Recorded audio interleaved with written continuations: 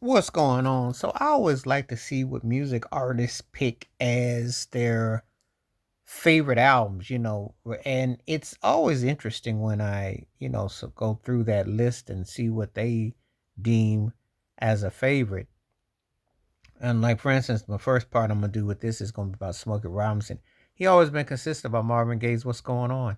He was there to hear as Marvin was putting it together, and what I liked about it, I like to hear great artists break down when another great performer is writing or doing the vocals or production or arrangements. It says a lot, you know. But what makes artists listen to other artists and what they get for inspiration and then so on and so forth. So that is pretty compelling when they can take themselves out the mix and listen to a record and they say, oh yeah, that was a great album. That says a lot right there.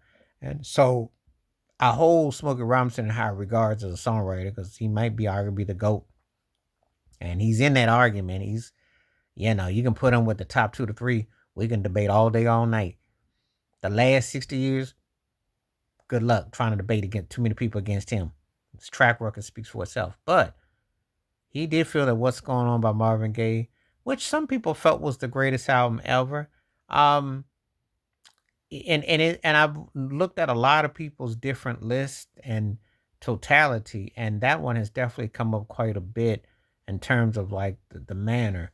So I noticed quite a few artists, Smokey Robinson included, have included "What's Going On" by Marvin Gaye as the greatest album ever amongst their favorites. And Marvin Gaye wrote this, of course, about his brother who returned back from Vietnam, and the stories have been told ad infinitum and what have you. But a powerful message that resonated to the then as it does to the now, especially in light of everything that's gone past with DEI and deportation, etc., and how police brutality and institutionalized systematic racism, etc.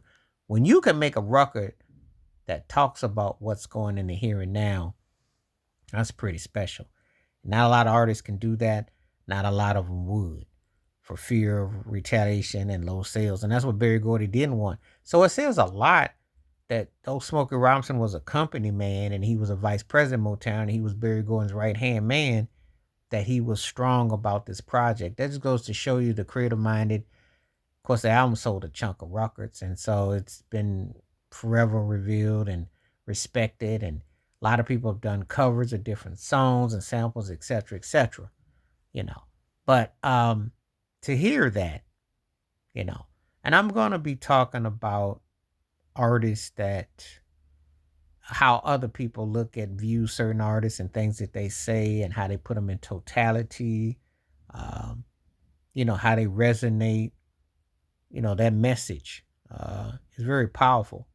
I think it's important how we talk about the communication of music and how we put it in, how people use it for subject matter and so on and so forth. So it's pretty powerful that Smokey Robinson holds Marvin Gaye's "What's Going On" as his ultimate album, and he has not swayed from that. Any interview I've seen that man do, and considering the great songs he wrote, took himself, and seemed very humble about it too, because Smokey could flaunt and he could flex.